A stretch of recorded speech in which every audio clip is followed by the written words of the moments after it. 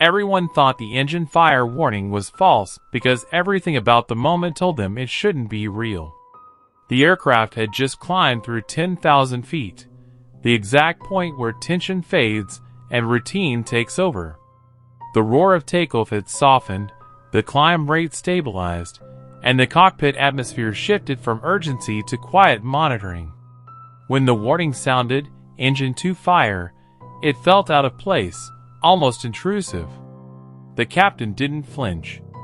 He had heard this tone before in simulators and real life, and more than once it had meant nothing.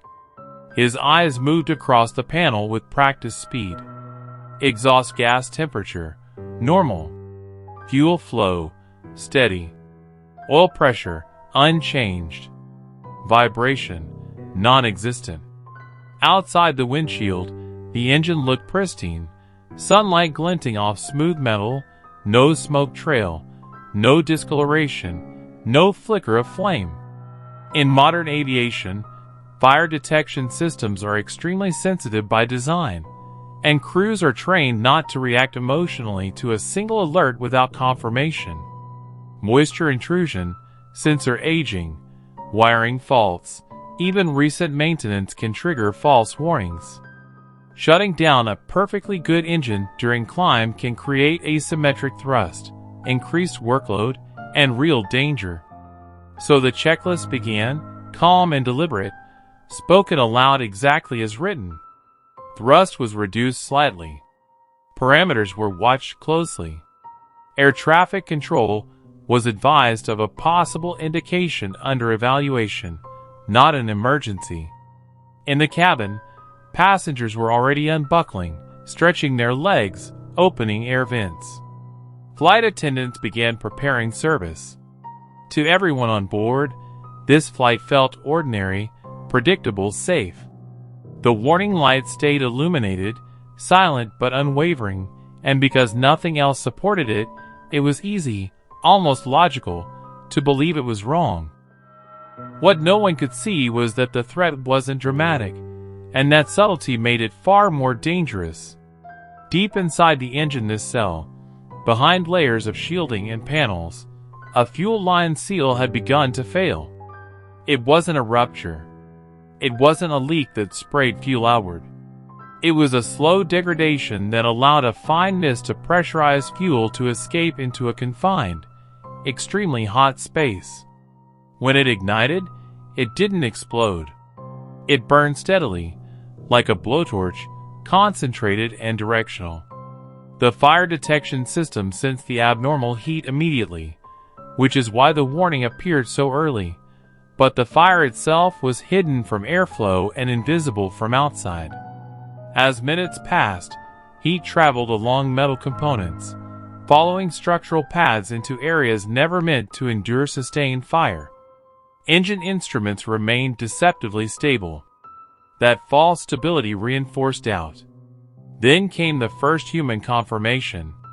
A flight attendant called the cockpit, her voice calm but uncertain, reporting a sharp, unfamiliar smell near the right wing, chemical, acrid, not like food or electronics.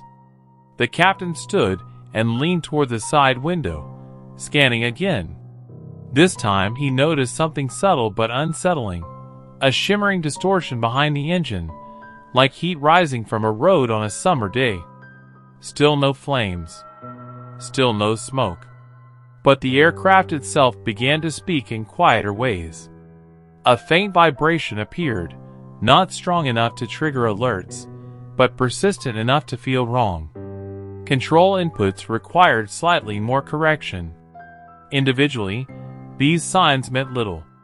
Together, they formed a picture that could no longer be ignored. As the aircraft began its turn back toward the airport, speed worked against perception. At high airspeed, flames don't rise or flicker the way people expect.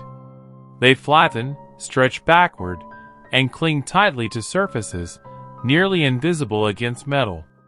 Passengers seated on the right side weren't seeing fire. They were seeing shape change. The wing surface near the engine no longer looked rigid. It looked uneven, subtly warped, as if the structure had softened. Aluminum alloys lose structural strength long before they melt, and composite materials can delaminate internally without obvious cracking. The fire had migrated beyond the engine casing, heating the wing box, fuel plumbing, hydraulic lines, and load-bearing spars. Paint blistered and peeled away, stripped off by airflow. A dull orange glow appeared beneath the wing root, steady and unnatural, not flickering like a flame, but glowing like heated metal. Phones came out, first in confusion, then disbelief. Some passengers assumed it was reflection or sunlight. Others felt fear rise without fully understanding why. In the cockpit, warning tones multiplied. Hydraulic pressure dropped on one system, then another. Fuel imbalance alerts followed, as heat compromised valves and sensors.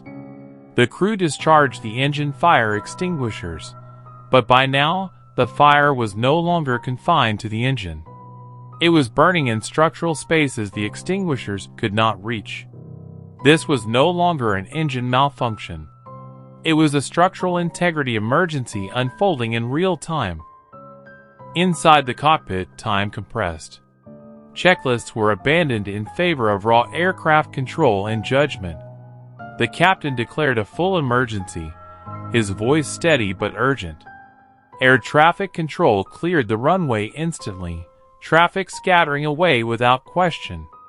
Fire and rescue vehicles mobilized along the runway edges, pacing the aircraft's return.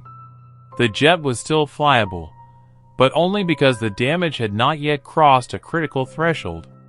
The right wing had lost stiffness, altering lift distribution and increasing drag.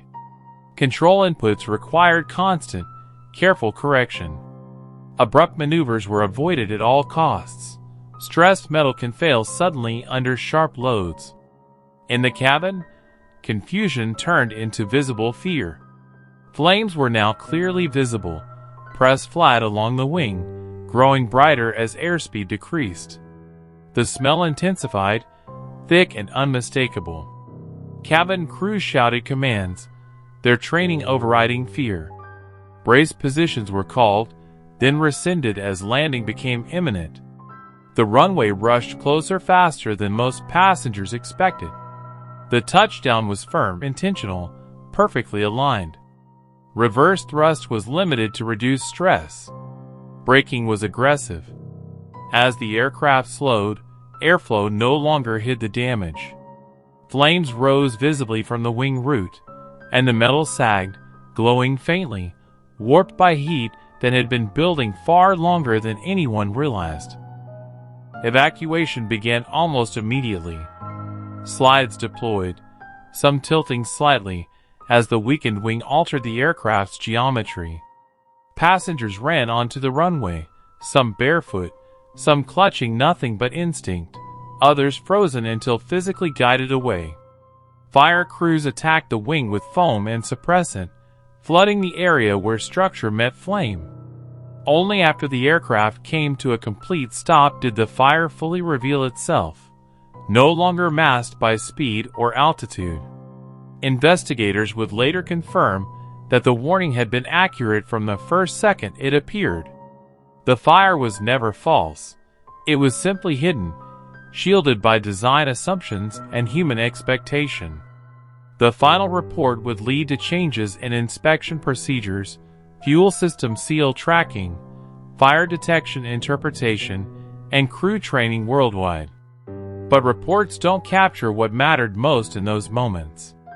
A modern jet, built with redundancy layered upon redundancy, came within minutes of losing a wing not because the danger was ignored, but because it didn't look dangerous enough to believe. In aviation, the most catastrophic failures are often the quiet ones, burning patiently, invisibly, until the structure itself begins to give way.